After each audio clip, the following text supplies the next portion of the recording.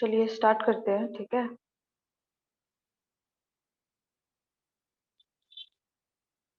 Tissues में देखो, introductory point I think Kaustav, ये किन्होंने पूछा था ये इंट्रोडक्शन के लिए, तो वो शायद क्लास अटेंड नहीं कर पा रहे थे या कुछ बात थी, तो वो आप अब ध्यान से सुन लेना, ठीक है।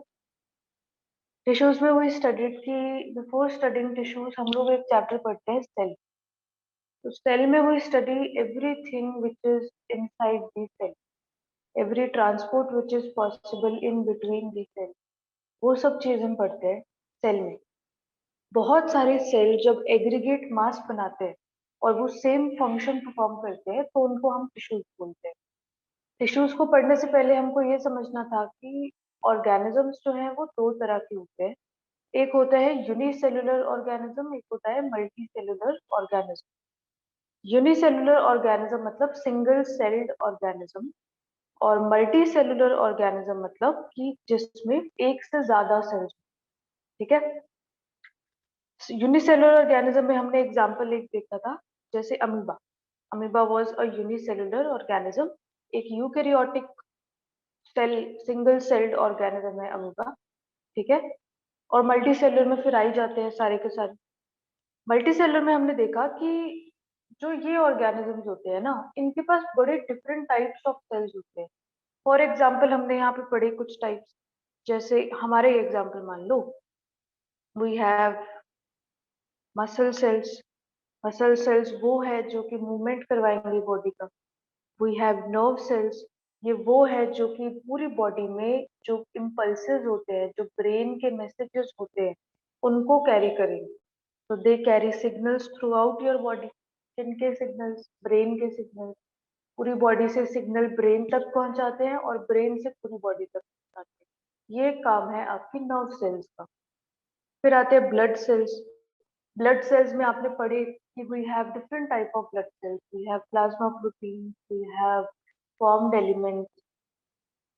तो ब्लड सेल्स में क्या है कि इनका मेन, प्लाज्मा प्रोटीन में आपको पता है उसका मेन काम क्या था कि क्लॉटिंग में हेल्प करवाना है और वाटर आयन बैलेंस बनवाना है, एंटीबॉडीज बनवाना है।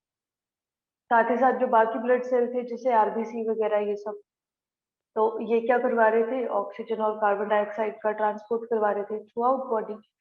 तो बहुत सारा ब्लड के तो बहुत सारे फंक्शंस है, इसमें सिर्फ एक ही फंक्शन लिखा हुआ है आपका, transport of oxygen and other products like food. Even food भी जो ट्रांसपोर्ट है आपकी पूरी बॉडी में, वो ब्लड के थ्रू ही होगा। कैसे ही फूड ट्रांसपोर्ट होगा? आपने फूड तो ले लिया, वो आपके एलिमेंट्री कैनाल में चला गया, स्टमक, स्मॉल इंटेस्टाइन, यहाँ सब चला गया फूड आप, राइट। बट हमारा मेन काम क्या होता है? हमको उस फूड में से न्यूट्रिएंट्स लेने होते हैं। न्यूट्रिएंट्स क्या होते हैं? कार्बोहाइड्रेट, फैट्स, मिनरल्स, प्रोटीन्स, ये सब चाहिए होता है हमको उस फूड में से। तो स्पेशली इन स्मॉल इंटेस्टाइन जहाँ पे मैक्सिमम डाइजेशन होता है, जो भी फूड आता है उसमें से ये न्यूट्रिएंट्स जो हैं, इन न्यूट्रिएंट्स को ब्रेक डाउन करके फिर उसमें अंदर जो विलाय प्रेजेंट होते हैं, वहां पे ये इन न्यूट्रिएंट्स को, ब्रोकन डाउन न्यूट्रिएंट्स को एब्जॉर्ब करके ब्लड में दे देता है, राइट। तो पहले तो डाइजेशन होगा और फिर डाइजेस्टेड प्रोडक्ट को, जो भी प्रोडक्ट आएगा डाइजेस्टेड प्रोडक्ट, स्मॉलर मतलब कॉम्प्लेक्स फूड था उसको हमने सिंपल फूड बना दिया। उस सिंपल फूड में से जो भी न्यूट्रिएंट होगा उसको हम ब्लड के पास भेज देंगे, ताकि वो ब्लड, बिकॉज स्मॉल इंटेस्टाइन में डाइजेशन हो रहा है तो वो कैसे हर जगह भेजेगी वो न्यूट्रिएंट? स्मॉल इंटेस्टाइन, न्यूट्रिएंट तो हर पार्ट ऑफ योर बॉडी को चाहिए। तो that nutrient is transmitted by the blood. Blood होगा जो वो न्यूट्रिएंट को ट्रांसपोर्ट करेगा थ्रू आउट द बॉडी। उसी तरह से, ये तो एनिमल्स की बात की हमने, पर मल्टी सेलुलर तो प्लांट्स भी होते हैं। मैक्सिमम प्लांट्स है multi cellular only, except few, जैसे क्लेमाइडोमोनास आप पढ़ते थे एक, जब आप ये पढ़ते थे ना टाइप्स ऑफ, जो आपने पढ़ा है ऑफलाइन क्लास में, टाइप्स ऑफ प्लास्टिड जो आपने पढ़ा है ना, तो टाइप्स ऑफ प्लास्टिड में हमने पढ़ा था कि क्लेमाइडोमोनास होता है, उसके पास जो है हॉर्स शू शेप का प्लास्टिड होता है, ऐसे कप शेप प्लास्टिड, है ना। तो उसमें हमने पढ़ा कि Chlamydomonas was an example of green algae, और ये एक तरह का यूनिसेलुलर ग्रीन एल्गी था, राइट। पर प्लांट्स मैक्सिमम क्या होते हैं, मल्टी सेलुलर होते हैं। प्लांट्स में क्या होता है कि उनके पास कुछ आर्टरी वेन ऐसा तो कुछ है नहीं, ब्लड वेसल तो होती नहीं है उनके पास। तो इंस्टेड ऑफ दैट जो प्लांट्स हैं उनके पास क्या होगा, वेस्कुलर सिस्टम, जो हमने पढ़ा है जाइलम फ्लोएम ये सब, इसको हम क्या बोल देते हैं, वेस्कुलर सिस्टम।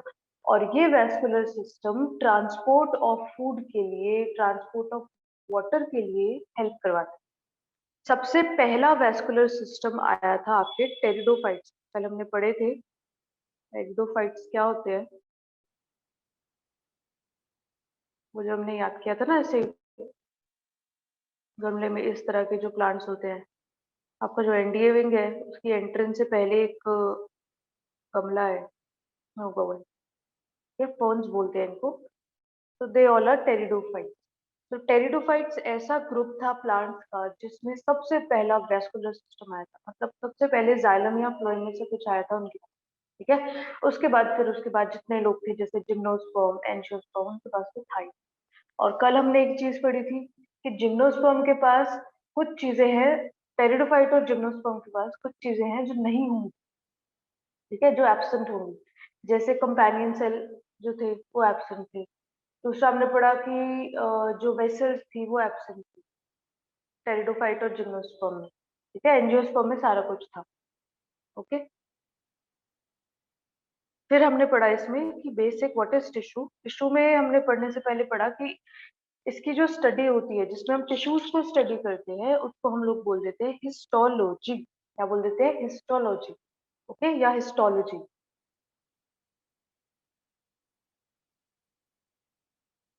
हिस्टोलॉजी में हमको समझ में आया that what is the definition of a tissue. Definition क्या है, basically they are the group of cells which are similar in structure. They are the group of cells which are similar in structure and function. हर किसी का कैसा function होगा, same function होगा। And origin, origin भी same, ठीक। Origin same का क्या मतलब है, फॉर एग्जाम्पल आप लोग डाइवर्सिटी चैप्टर में पढ़ेंगे, पहले भी अब मैंने कराया ये आपको कि जब जाइगोट बनता है ना, जाइगोट तो सिंगल सेल है बट आप तो मल्टी सेलुलर ऑर्गेनिज्म हो। तो जाइगोट में क्या होगा, बहुत सारी डिविजन होगी, ठीक है। और धीरे धीरे जाइगोट जो है वो ग्रो करता है, ओके। जाइगोट ना धीरे धीरे एम्ब्रियो बनाता है, और ये एम्ब्रियो आपको 3 लेयर्स शो करती है, 1, 2 एंड 3। आउटर मोस्ट लेयर को हमने बोल दिया था एक्टोडर्म, मिडल लेयर को बोल दिया था मीजोडर्म, स्टॉप एनोटेटिंग बेटा प्लीज। और इनर मोस्ट लेयर को बोल दिया था हमने एंडोडर्म। एक्टो मतलब आउटर, एंडो मतलब अंदर, मिडल मतलब मीजो, ठीक है। तो इसमें हमने पढ़ा कि हर एक लेयर को हम अलग अलग काम देते हैं कि एक्टोडर्म जो है वो बनाएगा स्किन, मीजोडर्म जो है वो बनाएगा इंटरनल ऑर्गन्स, सॉरी, मीजोडर्म आपका बनाएगा ये बोन, कार्टिलेज, ये सब, मसल्स, ये सब। एंडोडर्म जो है आपका बनाएगा सारे इंटरनल ऑर्गन्स, ठीक है। तो हर एक लेयर को हमने एक एक काम सौंपा हुआ है कि तुम भाई ये सारी चीजें बना देना, तुम ये सारी चीजें बना देना। तो वो सेल्स जो कि बोन में है, या वो सेल्स जो कि जैसे हमने पढ़ा था कनेक्टिव टिश्यू, ठीक है। कनेक्टिव टिश्यू में हमने पढ़ा we have fluid connective, sorry, ये सपोर्टिव कनेक्टिव टिश्यू या skeletal connective tissue, that was bone and cartilage. तो बोन और कार्टिलेज मान लीजिए यहाँ से ओरिजिन हो रहे थे मीजोडर्म से। तो जितने भी बोन के सेल्स है, जितने भी कार्टिलेज के सेल्स है, वो सारे के सेल ओरिजिन कहाँ से है उन सबका, मीजोडर्म से, तो दे हैव सेम ओरिजिन, ठीक है। फिर उसके बाद में बोन सेल्स, जो particular type of bone cells है उन सबका काम तो सेम ही होगा, जैसे ऑस्टियोसाइट्स। अब ऑस्टियोसाइट्स एक थोड़ी है, बहुत सारे हैं। ऑस्टियोसाइट जितने भी होंगे बोन में उन सबका काम होगा टू फॉर्म बोन। जैसे ऑस्टियोक्लास्ट, जितने भी ऑस्टियोक्लास्ट होंगे बोन में उनका काम होगा टू डिग्रेड बोन। बोन को खत्म करना।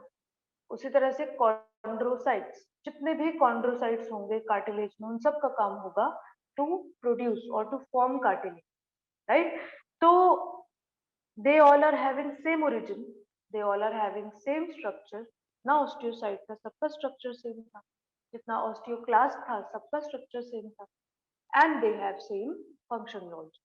okay, so this was your basic definition of tissue। हमारे केस में we have different types of tissue in our body। for example, we have nervous tissue, we have muscular tissue, we have epithelial tissue, we have epithelial हो गया, nervous हो गया, muscular हो गया, ये ठीक है। तो ये types of tissue we have. Even plants में हमने पढ़ा that they have meristematic tissue and they have permanent tissue, ठीक। फिर हमने इंट्रोडक्शन में पढ़ा था that there are some differences between plant and animal tissue. Plant और एनिमल टिश्यू में सबसे बड़ा डिफरेंस उनकी मूवमेंट को लेकर आता है। हमको पता है कि प्लांट भी ग्रोथ शो करता है, एनिमल भी ग्रोथ शो करता है, दोनों ही ग्रोथ शो करेंगे, बट डिस्प्लेसमेंट सिर्फ एनिमल शो करेगा। एक से दूसरी जगह मूव होना सिर्फ एनिमल शो करेगा, प्लांट शो नहीं करेगा। तो इस मूवमेंट की रिस्ट्रिक्शन की वजह से जो टिश्यूज है वो थोड़े अलग अलग होते हैं। जो एनिमल टिश्यू है उसमें हम ऐसे टिश्यूज डालेंगे जो कि मूवमेंट में एड करवाएंगे, बट ऐसे टिश्यूज को प्लांट में कुछ काम नहीं। फॉर एग्जाम्पल हमारे पास मस्कुलर टिश्यू है, हमारे पास कनेक्टिव टिश्यू है, बोन कार्टिलेज, वो हम प्लांट्स में थोड़ी ना डालेंगे, राइट। तो we do not need movement वाले tissues inside the plant, right. तो इसीलिए टिश्यूज थोड़े डिफरेंट हो गए।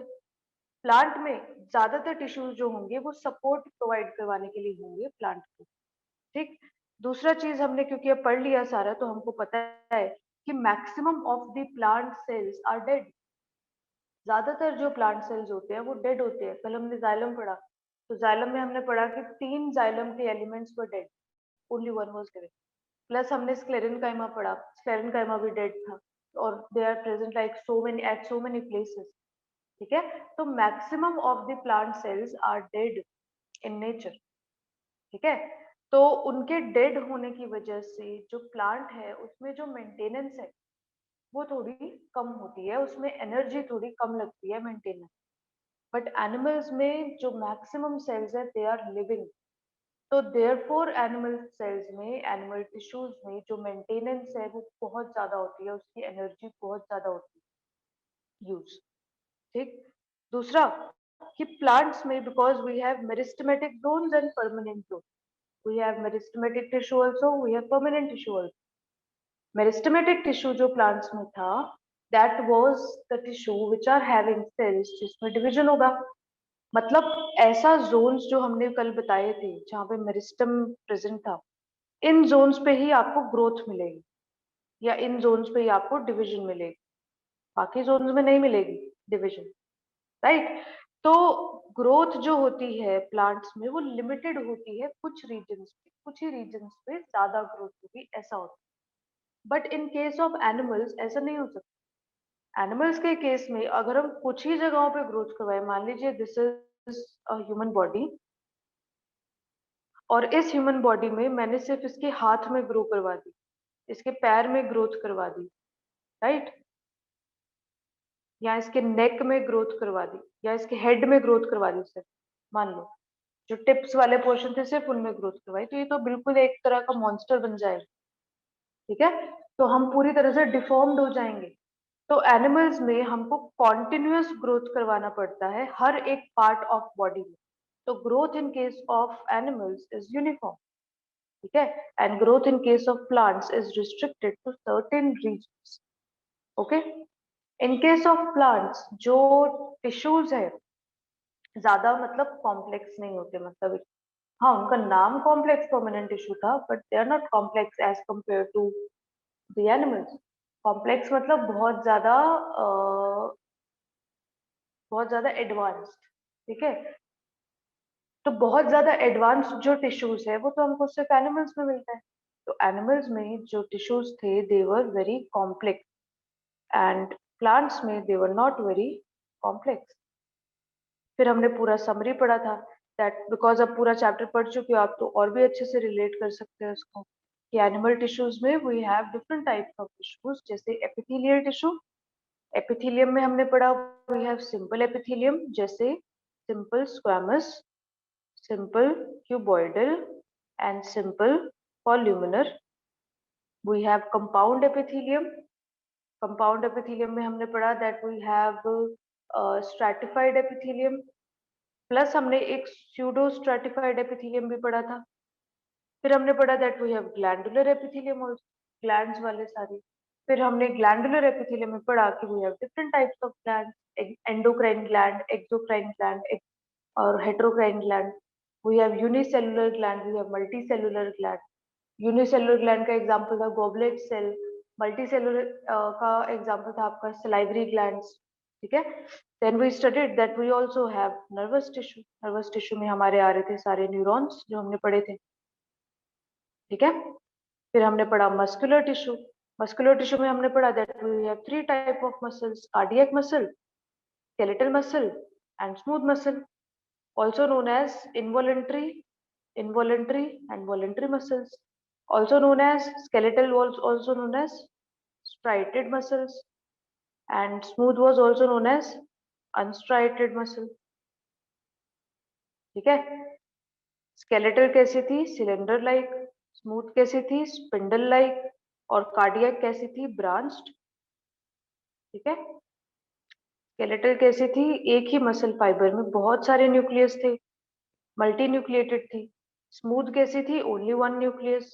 कार्डियक कैसी थी, एक मसल फाइबर में ओनली वन न्यूक्लियस, ठीक है। फिर आता था हमारा कनेक्टिव टिश्यू। कनेक्टिव टिश्यू में हमने पढ़ा that we have two types, बहुत सारे types of connective tissue, like we have connective tissue proper, we have supportive connective tissue and we have fluid connective tissue. Connective tissue proper में हमने पढ़ा that we have loose and dense connective tissue. Loose में हमने पढ़ा adipose और areolar. Dense connective tissue में हमने पढ़ा tendon and ligament. Skeletal connective tissue में हमने पढ़ा bone and cartilage. Fluid connective tissue में हमने पढ़ा blood and lymph. ओके फिर हमने पढ़ा प्लांट टिश्यू।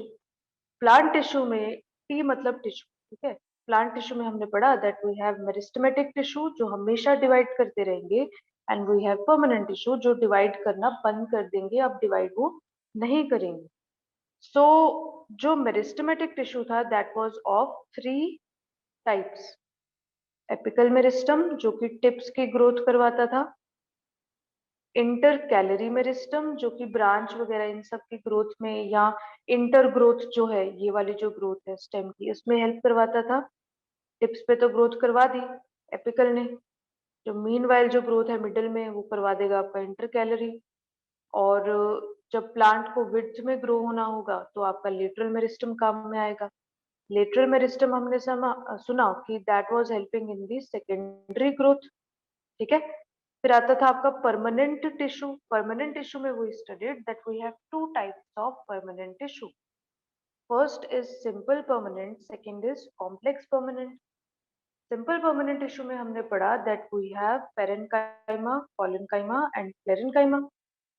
पेरेन्काइमा में we studied that all these cells are round with thin cells having intercellular spaces and nucleus in between having large vacuoles, इस तरह से। प्लस हमने पढ़ा कि if parenchyma is helping in photosynthesis तो हम उसको बोल देंगे क्लोरेन्काइमा। If parenchyma is in the aquatic plant तो उसको हम बोल देंगे एरेन्काइमा, राइट। पेरेन्काइमा में हमने क्या पढ़ा that this was a living tissue and present almost everywhere in the plant, most widely spread tissue, ठीक है। कोलेन्काइमा में हमने पढ़ा कि cells were like this and all these cells were having thickenings at the corners like this. उनकी cell wall पे corners पे thickening show हो रही थी, right. And due to this thickening collenchyma जहां भी प्रेजेंट होता था वहां पे फ्लेक्सिबिलिटी प्रोवाइड करवाता था, और ये फ्लेक्सिबिलिटी प्लांट के सर्वाइवल के लिए बहुत जरूरी होती है। हवा चलेगी, प्लांट बेंड नहीं होगा तो टूटेगा, ठीक है। तो कोलेन्काइमा वहां था जहां पे ब्रांचेस थी या फ्लेक्सिबिलिटी की जरूरत थी। कोलेन्काइमा भी कैसा टिश्यू था, लिविंग टिश्यू था। फिर आता है स्क्लेरेनकाइमा। स्क्लेरेनकाइमा में हमने पढ़ा that we have two types of sclerenchyma, first was fibres and second was sclerids. Fibers were like this and sclerids were like this, stone cells. ठीक है। स्क्लेरेनकाइमा जो था that was a dead cell, और इस sclerenchyma में क्योंकि they all were dead cells, तो इसीलिए इसका मेन काम was in support to the plant. It was providing strength and rigidity to the plant. कहाँ पाया जाता था ये? बेसिकली जैसे कोकोनट का हस्क होता है, बाहर वाला जो फाइबर्स वाला पोर्शन जो आपको दिखता है, वो कोकोनट हस्क में पाया जाएगा, हार्ड फ्रूट की कवरिंग्स में पाया जाएगा। तो यहाँ यहाँ पे आपको स्क्लेरेनकाइमा देखने को मिलता है, जहाँ जहाँ पे हार्डनेस चाहिए होती है। ठीक है। दूसरा तरह का हमने पढ़ा था that we have complex permanent tissue. Complex permanent tissue में we are having xylem and phloem. Xylem जो है that is of four type: xylem fibre, xylem parenchyma, xylem tracheids and xylem vessels. जिसमें से हमने पढ़ा कि only xylem parenchyma was living, बाकी सब वर डेड, राइट। हमने पढ़ा कि जो जाइलम वेसल थे that was present only in angiosperm, और xylem tracheids were present in pteridophyte and gymnosperm. ठीक है। ऑल्दो जाइलम वेसल जो एंजियोस्पर्म के पास थे उनके पास ट्रैकीड भी थे, बट टेरिडोफाइट और जिम्नोस्पर्म में सिर्फ ट्रैकीड्स थे, वेसल नहीं थे। दूसरा हमने पढ़ा फ्लोएम। जाइलम का मेन काम क्या था? वाटर और मिनरल का transport. Next was phloem. Phloem में we studied that we have phloem parenchyma, phloem fibres, companion cell and sieve tube cell. इसमें only the phloem fibres were dead, rest all were living. इसमें we studied parenchyma का वही same काम जो होता है, parenchyma का काम सेम काम इधर भी होगा, स्टोरेज एंड फोटोसिंथेसिस। फाइबर्स का वही सेम काम, providing the strength to the plant. Fibres वही हैं, स्क्लेरेनकाइमा फाइबर्स। फिर कंपेनियन सेल, कंपेनियन नाम इसलिए रखा गया because these cells are having nucleus, तो ये सीव ट्यूब को हेल्प करेंगे फूड के ट्रांसपोर्ट में। फिर थे आपके सीव ट्यूब। सीव ट्यूब में हमने पढ़ा it was a tube having a sieve plate and that sieve plate was having sieve या छन्नी। इनका मेन काम होता था in the transport of food throughout the plant. Xylem में हमने पढ़ा कि यूनि डायरेक्शनल मूवमेंट था, एक ही डायरेक्शन में होगा, रूट टू अबव, और इसी को हम लोग बोल देते थे एसेंट ऑफ सैप। फ्लोएम में हमने पढ़ा कि बाय डायरेक्शनल मूवमेंट था, एंड इसको हम बोल देते हैं ट्रांसलोकेशन। ये आज पढ़ा है आपने, translocation. Movement of food throughout the plant is known as translocation. ठीक है।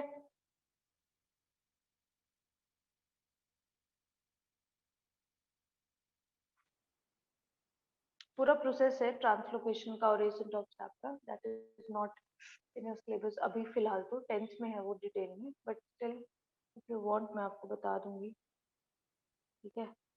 This was your introduction for tissues. अभी अगर इंट्रोडक्शन सबको समझ में आ गया, जिनको भी डाउट था बता दो ताकि हम आगे बढ़ सके।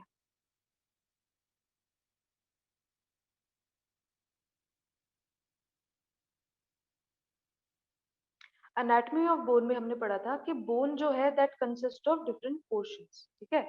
डिफरेंट पोर्शंस में जो टिप वाले पोर्शंस होते थे बोन के, उनको हम बोल देते थे एपिफाइस। जो मिडिल पोर्शन होता था बोन का, उसको हम बोल देते थे डायाफाइस। ठीक है।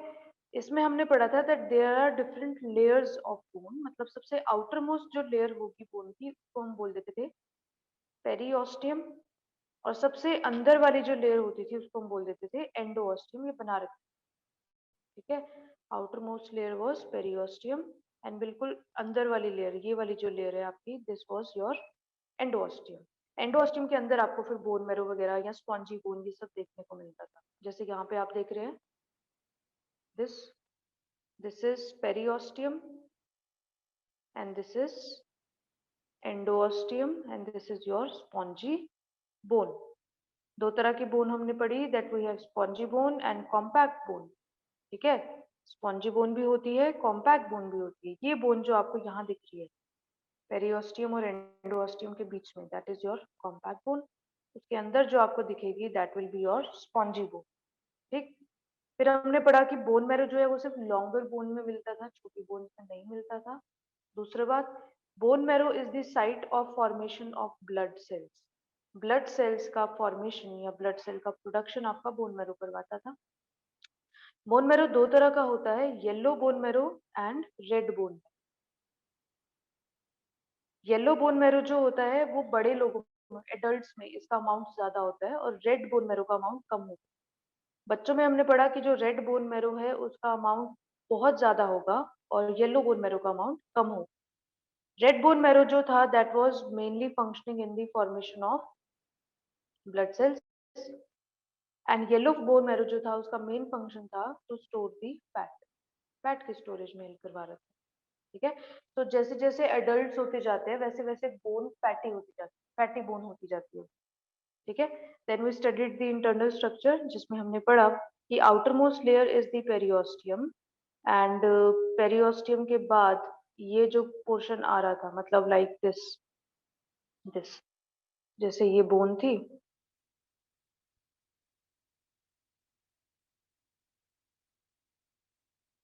दिस वाज योर बोन है ना, जिसमें आउटर मोस्ट वाज पेरियोस्टियम, अंदर वाली वाज एंडोस्टियम, और बीच में this was compact bone and this was your spongy bone. Right, तो वही चीजें देखिए इसमें दिखा रखी है, दिस इज पेरियोस्टियम, इस तरह से दिखाया हुआ देखो,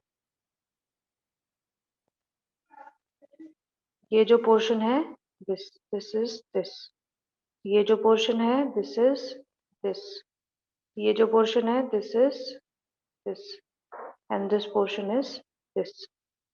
ठीक है, तो this was your compact bone, this was your spongy bone, this was your endosteum, this was your periosteum.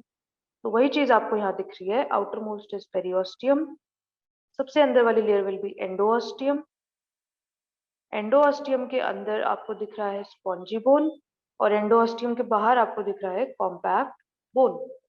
Compact bone में हमने पढ़ा that we have different circular shape structures present all around.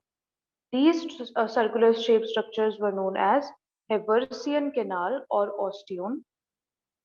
Every osteon was having even more circles within, और सबसे बीच में आपका एक space होता था that was known as a canal, and that canal was having some blood vessels inside it.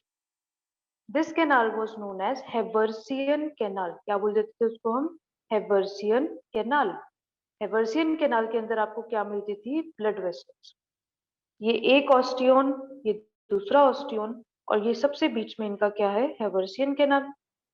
दो हेवर्सियन canal जो है वो आपस में कनेक्टेड होते हैं by a different canal known as Volkmann canal. Haversian canal blood supply में हेल्प करवाएगा थ्रू आउट दी बोन। ठीक है, इवन आप देख सकते हो this blood is going towards the spongy bone also, and this blood vessel are going towards the periosteum also, मतलब पूरी बोन में ब्लड सप्लाई करवाएगा, ब्लड वेसल सप्लाई करवाएगा आपका हेवर्सियन कैनाल। आपका जो ऑस्टियोन था उसमें हमने देखा that we have different sort of lamellas. ठीक है, तो उसको समझने के लिए हमने ये चीज समझी थी,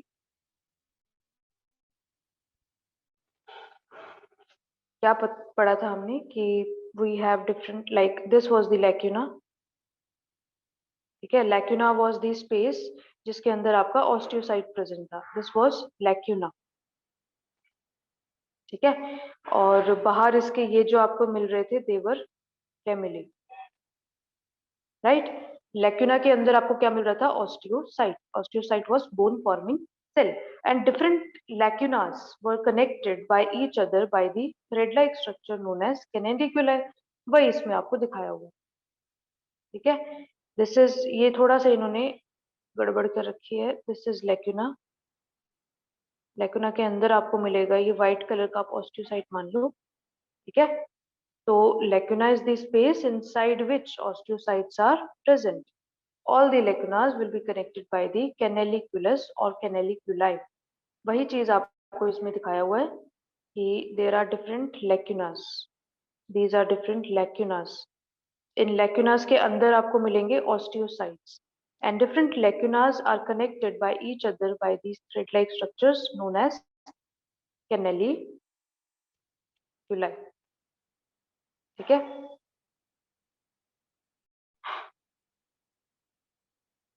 नेक्स्ट चीज हमने पढ़ा कि ब्लड के पास डिफरेंट टाइप्स ऑफ सेल्स होते हैं। आप देख सकते हैं यहाँ पे बहुत सारी, इन्होंने स्कैन किया हुआ है तो कलर नहीं दिख रहा अलग अलग, but there are different types of cells. जैसे आपको यहाँ ऑस्टियोसाइट तो आपने देख लिया कहाँ होगा, एंडोस्टियम की लाइनिंग पे आपको दिख रहे हैं कुछ सेल्स लगे हुए, ये सेल दिख रहा है, ये सेल दिख रहा है, ये सेल दिख रहा है। नाउ लेट्स स्टडी कौन कौन से सेल्स प्रेजेंट होते थे बोन में। बोन में बेसिकली आपके ये वाले सेल्स प्रेजेंट होते थे। ऑस्टियोसाइट तो आपने पढ़ ही लिया, ठीक है, मेन काम होता है उसका मिनरल कॉम्पोजिशन को मेंटेन करना। ऑस्टियोसाइट का मतलब बोन, वही बोन की फॉर्मेशन में हेल्प करवाएगा। ऑस्टियोब्लास्ट जो है that will also help in the formation of bone. Osteoclast, clast CLAST, osteoclast जो है that was helping in bone resorption. Bone resorption मतलब डिग्रेडेशन ऑफ बोन में हेल्प करवाएगा आपका ऑस्टियोक्लास्ट। क्यों है डिग्रेडेशन की जरूरत? बिकॉज बोन में cells are always forming and खत्म हो रहे हैं, फॉर्मिंग एंड खत्म हो रहे हैं। नए सेल्स भी तो चाहिए हमें, पुराने सेल्स को खत्म करके नए सेल्स भी चाहिए। तो वो सब आपका जो पुराने सेल्स को खत्म करने का काम है वो किसका होगा? ऑस्टियोक्लास्ट का। That is also important. ठीक है, फिर हमने पढ़ा that we have osteogenic cells. Osteogenic cells ऐसे सेल्स है which can develop into osteoblast, और ऑस्टियोब्लास्ट में डेवलप हो गए मतलब बोन फॉर्मेशन में हेल्प करवाएंगे। ठीक है, इसमें से जो आपका ये और ये होता है, only these are capable of mitosis, मतलब ये सेल डिवीजन कर सकते, ये कैन नॉट डिवाइड। ठीक है, फिर हमने पढ़ा कि जो बोन का मैट्रिक्स है, मैट्रिक्स का मतलब क्या होता है कि बोन का जो टिश्यू है उस टिश्यू के अंदर जो स्पेस है उसमें क्या क्या मिलेगा आपको।